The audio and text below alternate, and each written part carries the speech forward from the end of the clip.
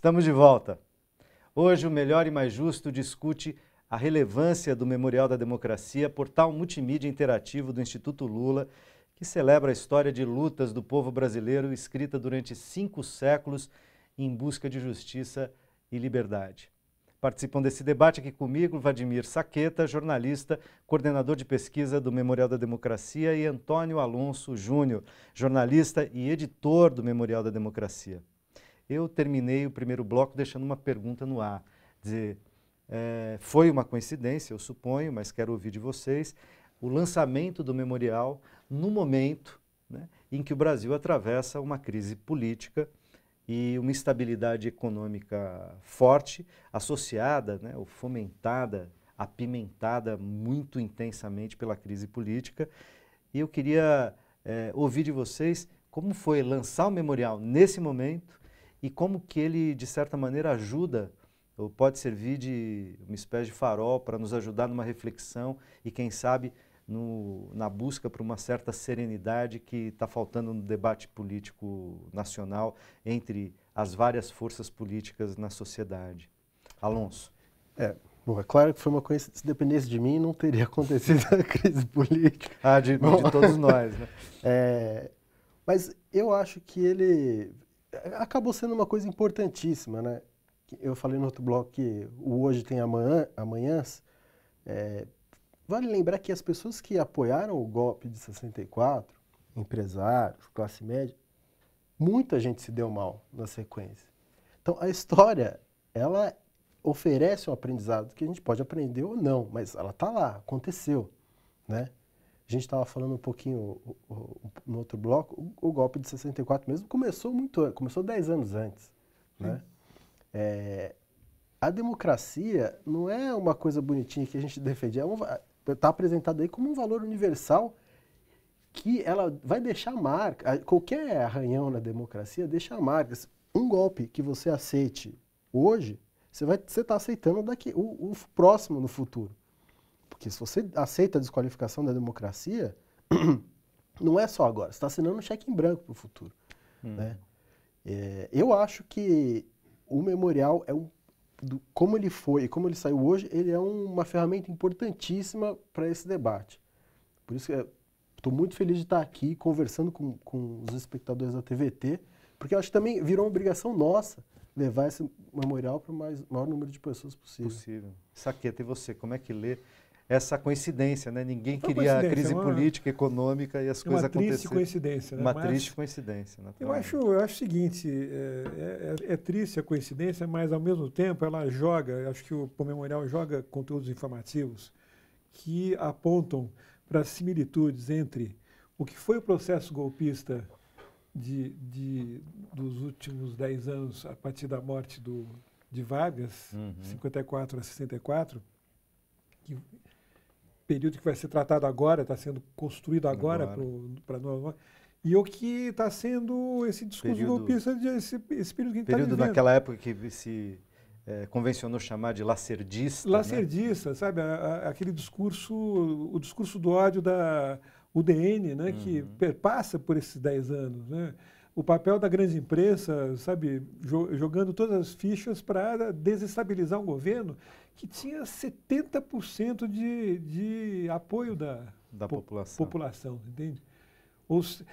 E um governo, veja, pelo menos um mandatário do governo que já tinha rasgado a Constituição, já tinha dado golpe, o Vargas antes, o Estado Novo, enfim, e que naquele momento cumpria um período democrático, ele vota pelo voto eleito, popular, né? Tem que lembrar disso, né? E o crescimento... É uma ironia, né? O crescimento do voto do trabalhador nesse período, né? O que aconteceu com a composição do PTB, por exemplo, Partido Trabalhista Brasileiro, o velho PTB criado em 45, né?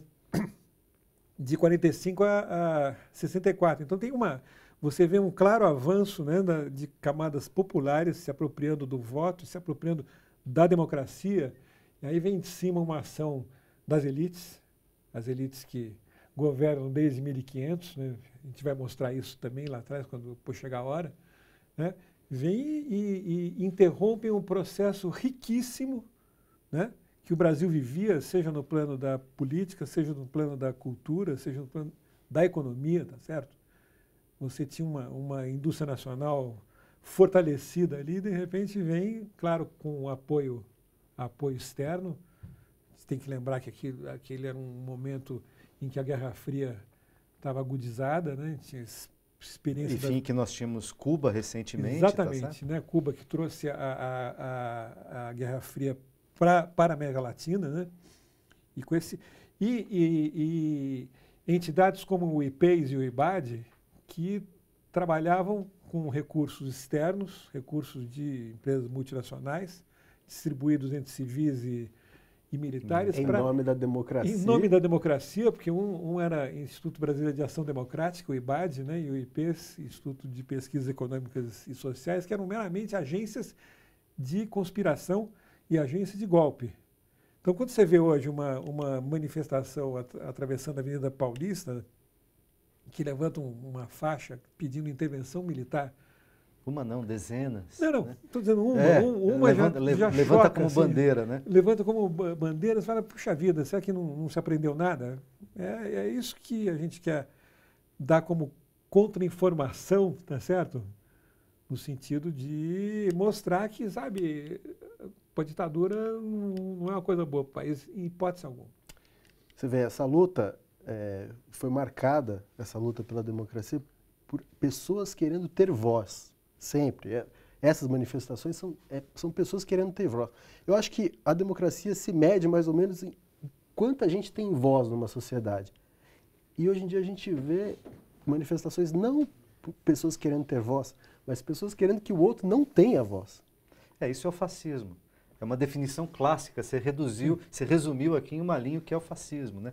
O fascismo, segundo Roland Barthes, o pensador francês, o fascismo não era proibir que você dissesse alguma coisa ou fizesse alguma coisa, era te obrigar a fazer de determinado jeito. Então, eu calo a tua voz e te obrigo a fazer de determinado jeito. Ou você adere, ou então te aniquilo, né? Que é um pouco o que a gente vê no que hoje a gente chama de intolerância, né? A intolerância é assim, ou você faz do jeito que eu acho, ou né, do que um determinado grupo político acha, ou então eu te odeio, eu quero te aniquilar, eu quero te matar. As pessoas, inclusive, vão perdendo as medidas. A gente vê nas redes sociais... E esse discurso do ódio que aflora de uma forma... É uma coisa, ameaçando a vida da presidente, dizendo para matar manifestantes, agora o promotor... Por que não te enforcaram no doicode? Você acha que isso aí é uma faixa... Não, um negócio... É de assustar. De regressão civilizatória, né? Não é só de questão política, tá certo? Sim, sim. É uma espécie de regressão civilizatória, a meu ver, que é espantoso, é triste, é melancólico, mas ao mesmo tempo nos revela que todas essas camadas permanecem de algum modo presentes, né?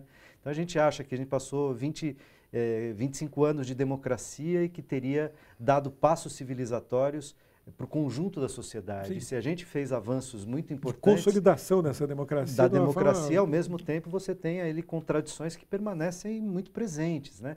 De certa maneira, o memorial tem um papel nisso também, né? Para mostrar que esse jogo de forças na sociedade, tanto por posições legítimas, à direita, à esquerda, lutando por isso, por aquilo, quanto por posições, digamos, de intolerância, fascistas, autoritárias e tal, convivem na tensão democrática, né?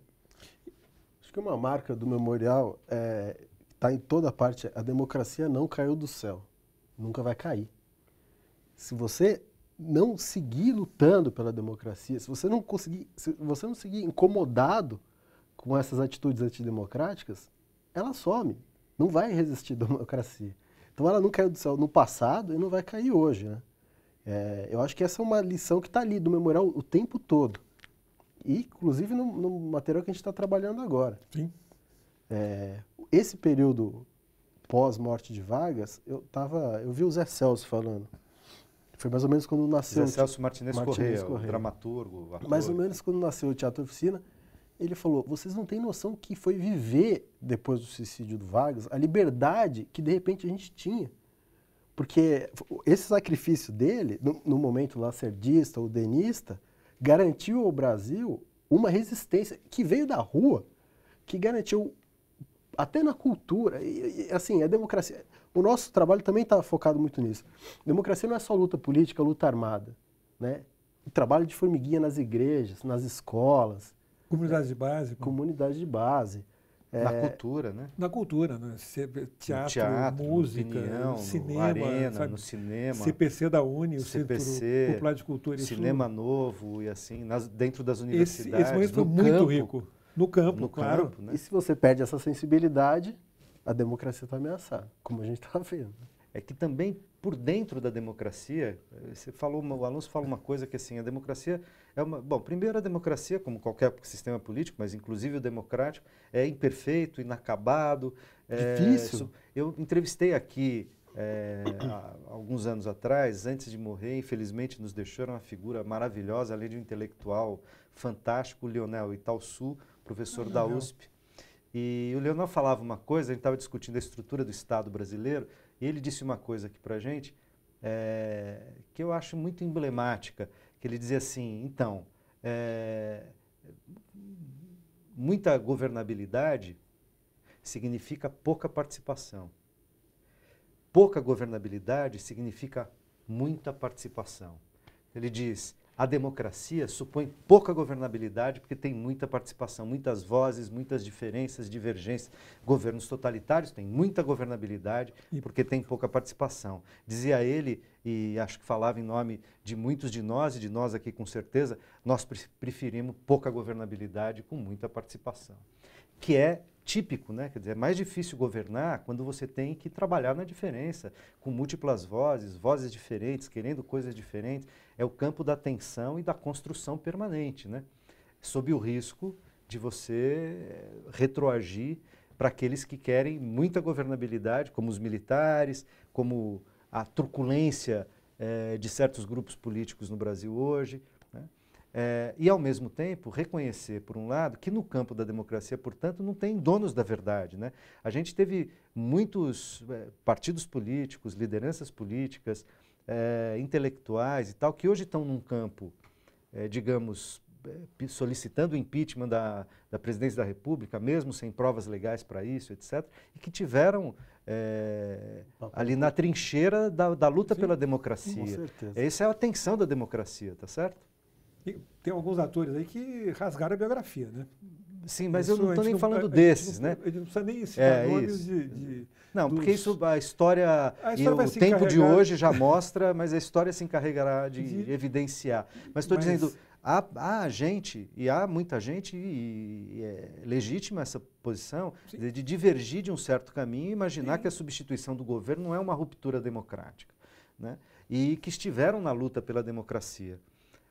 Ainda que eu pessoalmente possa discordar dessa posição, mas eu tenho que acolhê-la dentro do campo do debate democrático, tá certo?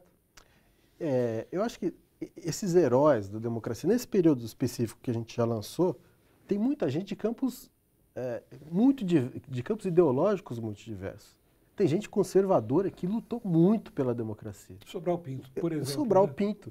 É um herói da democracia. Ele merece lá um card como um cristão no bom sentido, um cristão radical, né, conservador. E que desde a década de 30, quando ele fez a defesa do Luiz Carlos Prestes, que estava preso num vão de escada, invocando... Aliás, tem textos no memorial emocionantes, né, sobre essas passagens de Sobral Pinto com Prestes. Pois é. E vários outros, né?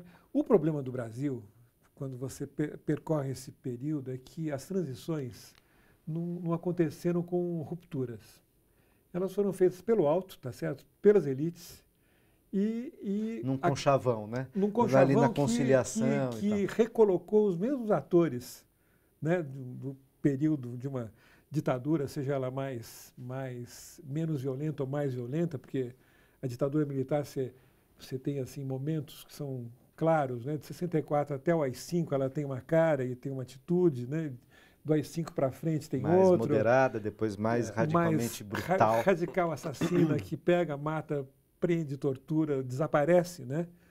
E depois, a partir da morte do Herzog, ela toma um outro rumo, até esse instrumento da distensão lenta, gradual e segura, concebida pelo Golbery, que a gente está pagando essa conta até hoje. Ou seja, não houve uma ruptura e uma reorganização do Estado responsabilizando em outras bases, né? Em outras bases, inclusive responsabilizando quem sujou a farda de sangue. Na conciliação você faz sempre uma concessão ao status quo do jeito que ele vinha. Né? Então, e as mudanças são mais difíceis, mais lentas, mais a conta-gotas, né? Então, as mudanças democráticas. Esse é um perigo, né, que a gente vem vivendo hoje, porque, né, primeiro, minimizar as atitudes e as ações e as decisões desses atores que passam, né, na transição pelo alto e ocupam um espaço político. Então, e até hoje. É um pedaço de uma história fixa, né? Agora, o povo resiste. O povo enfrenta. E isso é que fica. Isso é bonito. Isso o memorial deixa muito claro, assim, cada um à sua maneira, né? E luta. E eu acho que não vai. E vai lutar pela defesa dessa democracia hoje. Aprendeu muita coisa, apesar de todos esses senões, tá certo? Que a história, contradições, dificuldades, etc, dificuldades e problemas, né? Mas isso a gente vai discutir daqui a pouquinho nessa ótima conversa. Não sai daí.